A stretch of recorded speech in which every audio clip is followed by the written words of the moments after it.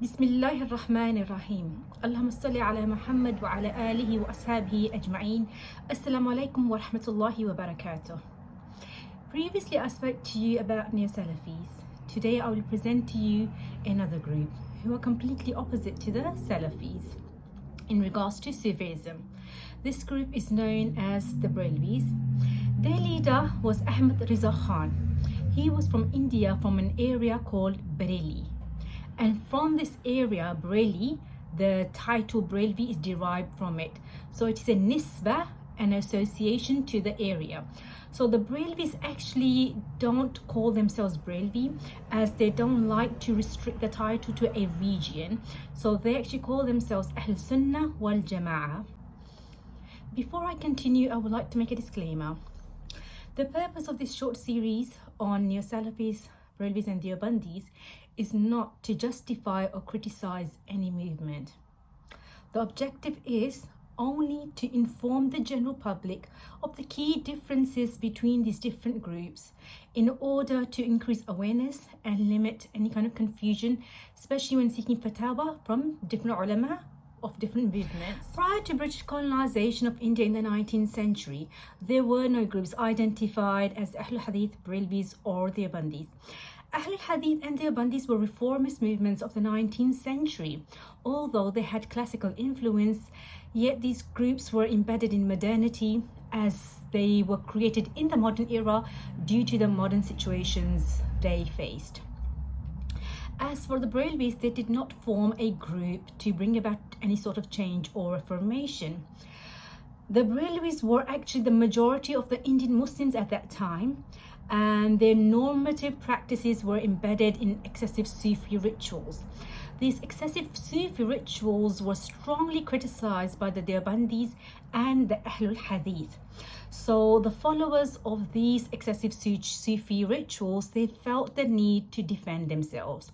So they got together under the leadership of Ahmad Riza Khan and were eventually known as the Barelvis.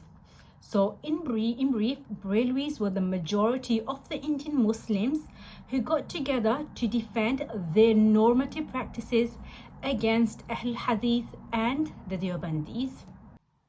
Since these normative practices were embedded in Sufi rituals, that means Sufism was the popular Islam of India, of the Indian Muslims at that time.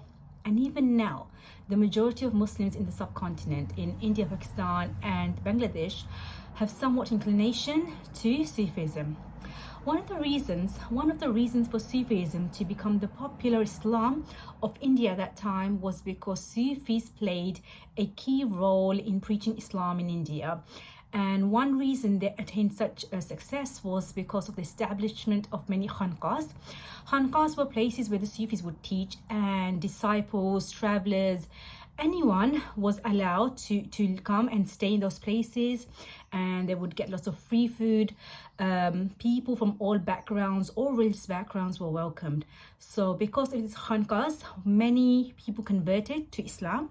And when they converted, they brought in some previous baggage of their previous worships or whatever customs they were following. So in this process of conversion, these disciples would have immense love for the Sufi sheikh, and they would want to give them a lot of reverence, but this was also done through utilizing some of their previous customs. So it's very important to understand what was this popular Islam practiced by the majority of Indian Muslims. So to understand Sufism, we need to know that Sufism has gone through a process of evolution as well. The stage one of Sufism was classical Sufism. In classical Sufism, the Sufi sheikh would directly teach his student.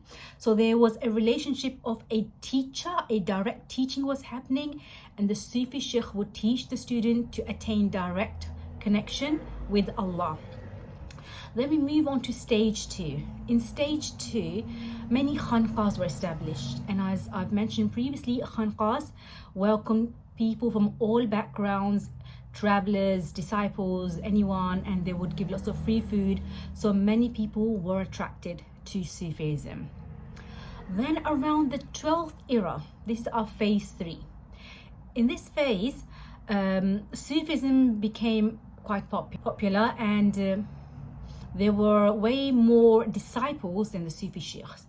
And at that time, Sufism it was divided into categories.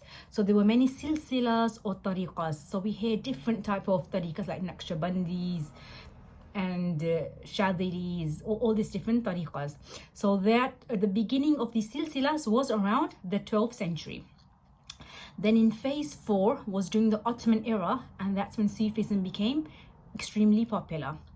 And there were large groups of disciples, and to satisfy these large groups, Sufi sheikhs introduced repetitive rituals. So what we actually witnessed is there was a shift from a sheikh who would teach to an era where there were many repetitive rituals just to satisfy the large groups of disciples.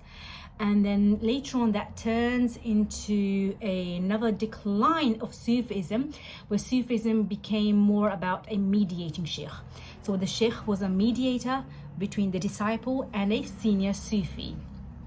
So we begin with the teaching sheikh, then into silsilas, tariqas, then repetitive rituals, and then a mediator sheikh. So the Sufism practiced in India in the 19th century was a Sufism of a sheikh who was a mediator. So it is a mediating sheikh Sufism. That was the popular Islam of India in the 19th century.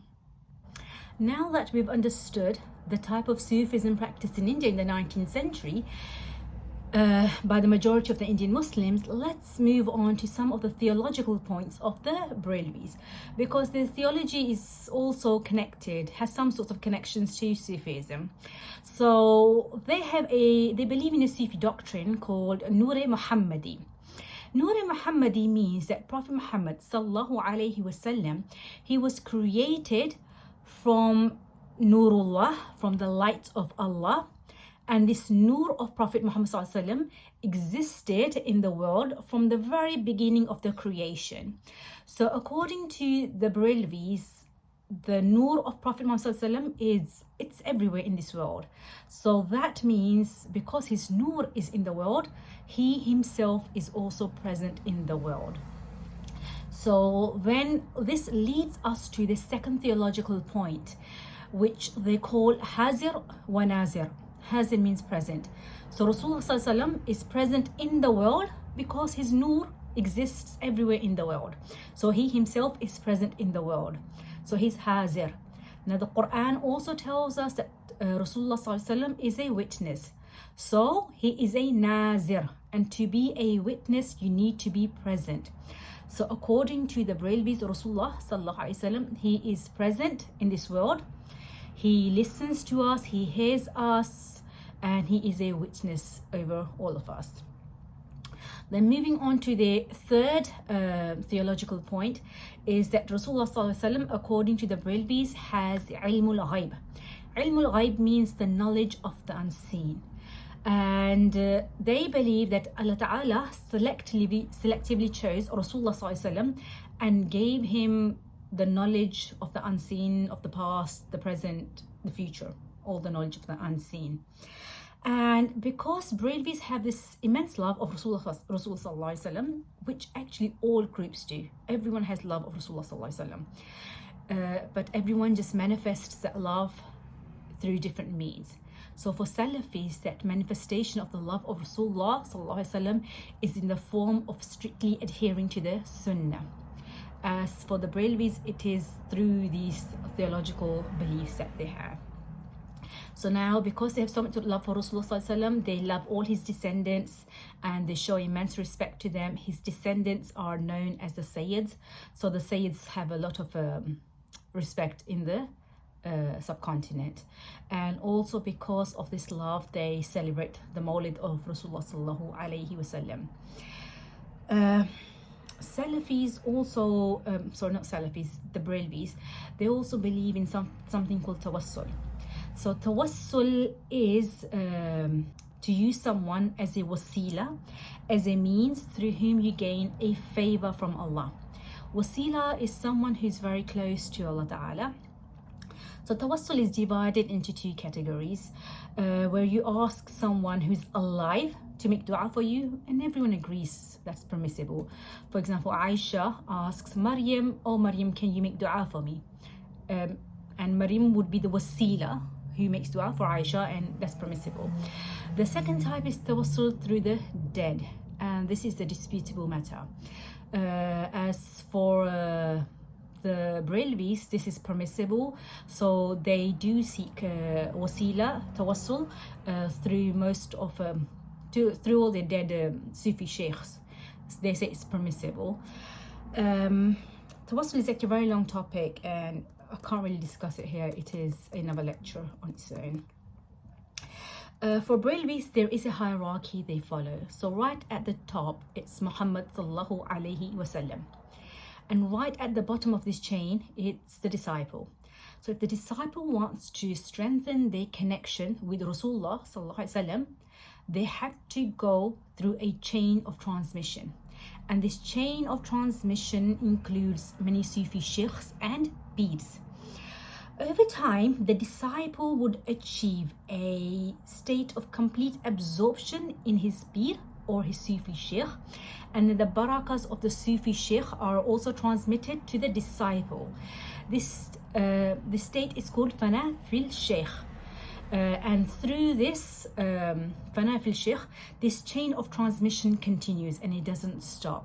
So at the top is Rasulullah sallallahu alaihi wasallam, followed by many Sufi shuyukh and peers, and then the disciple, and then eventually the disciple becomes a sajjad nashin, and then the chain continues.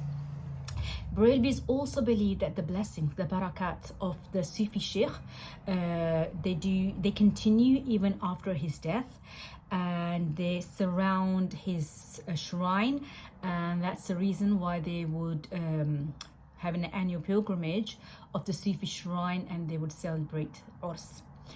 Normally Urs is celebrated annually, but for a famous Sufi sheikh with the name Abdul Qadir al-Jailani, the Urs is celebrated annually plus every month, the 11th of every month. It's known as Gyarhawi.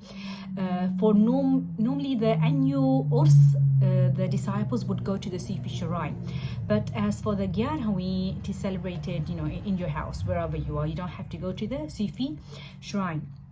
And on the Urs, the Sufis, the disciples, they would distribute a lot of food, and one of the positive side of all these khanqahs and the Urs is that basically a lot of food is distributed to many impoverished people. Barelvis do emphasize a lot on distributing food, and this is something we don't really witness in other groups.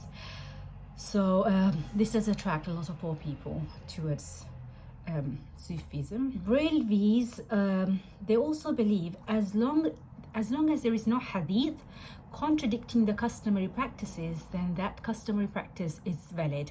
So this would include distributing candy at the shrines, or decorating the shrines with flowers, or kissing the hands of the peers, even celebrating Urs.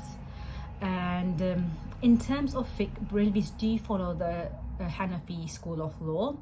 There are a group who are not very politically active, nor are they very active in establishing Islamic institutes. In UK, most of the Islamic institutes are actually established by the Deobandis and not Barelvis. And even in Pakistan, even though Barelvis are a majority, but most of the Islamic institutes are established by the Deobandis. And one of the reasons for that is because Barelvis actually don't emphasize on an individual responsibility to seek knowledge, and that is one of the reasons that many less educated people actually do feel attracted to Barelvism. So some of the famous peers that we have in UK, most of them have settled in the Midlands. Some of them are Pir Ma'ruf Hussain Shah from Bradford, Pir Habibur Rahman Mahboubi, he is also from Bradford, Sufi Muhammad Abdullah Khan follows the Naqshbandi tariqa and he's from Birmingham, Pir Fiyaz Hussain Sarwar Qadri, he's also from the Midlands. Pir Alauddin Siddiqui, he passed away a few years ago, and his son is Sajjad Nashin. He's also from Birmingham, and they have a TV channel called Nur TV. Another Barelvis TV channel is the Madani TV. So this is in brief about the Barelvis, and inshallah I'll try my best to talk about different topics. Next video inshallah will be about the Deobandis, and see you soon. Take care. Assalamu alaikum wa rahmatullahi wa barakatuh.